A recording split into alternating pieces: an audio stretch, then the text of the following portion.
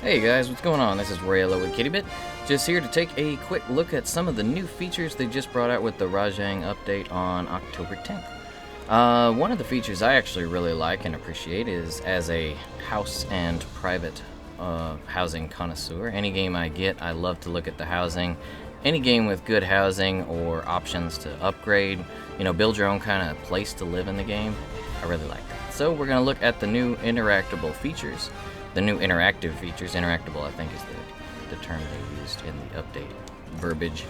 First off, when you come into your house, the music player is actually a really nice touch. It's quite cute. It's got some crakes here, and you got your songs. You can pick quite a few different ones. Right now I've got Proof of a Hero, the traditional Monster Hunter song going, but there's quite a few on here, and I'm sure there's more ways to get new ones.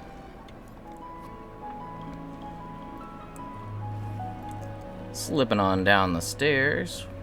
If you don't want to go upstairs to activate the music box, you can actually talk to the housekeeper. In room customization, if you go to not recommended layout, I'm sorry, basic settings, it is here at the bottom, and you can change it to whatever you want.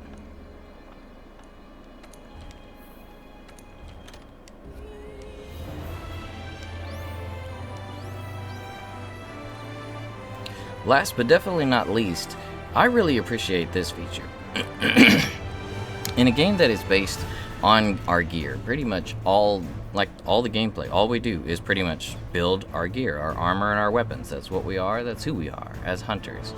This is a mannequin that they gave us, and I think it is really awesome. So you can choose any loadout that you've got and throw it onto the mannequin. Right now I think I've got loadout 4. So I've got, we'll throw the gala up there. So the weapon and your gear will be presented, so you can admire it at any time you so please. And that actually was not the last feature. I totally forgot about these. So our scout flies, are ever forever helpful, or maybe some of us would disagree and call them not helpful flies. I know they've led me off of a cliff or up a cliff or through the wrong path way too many times, but we now have them in our house, so you can release them.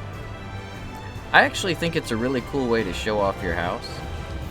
If you release them and just kind of keep them, just watch them, they kind of tend to draw your view over your entire place. It's kind of like it's almost like it's there just to get you to admire your house. They even go outside so you can check out the yard. Apparently they're recommending that I take a seat.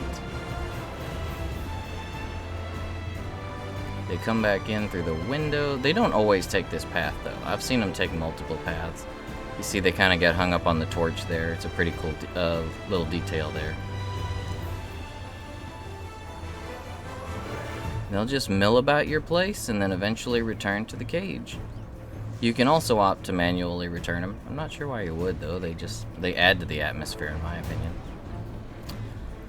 But there you have it, just a few nice quality of life touches from Capcom to make the house a little bit more hospitable and homey. I really like it, and I really appreciate that.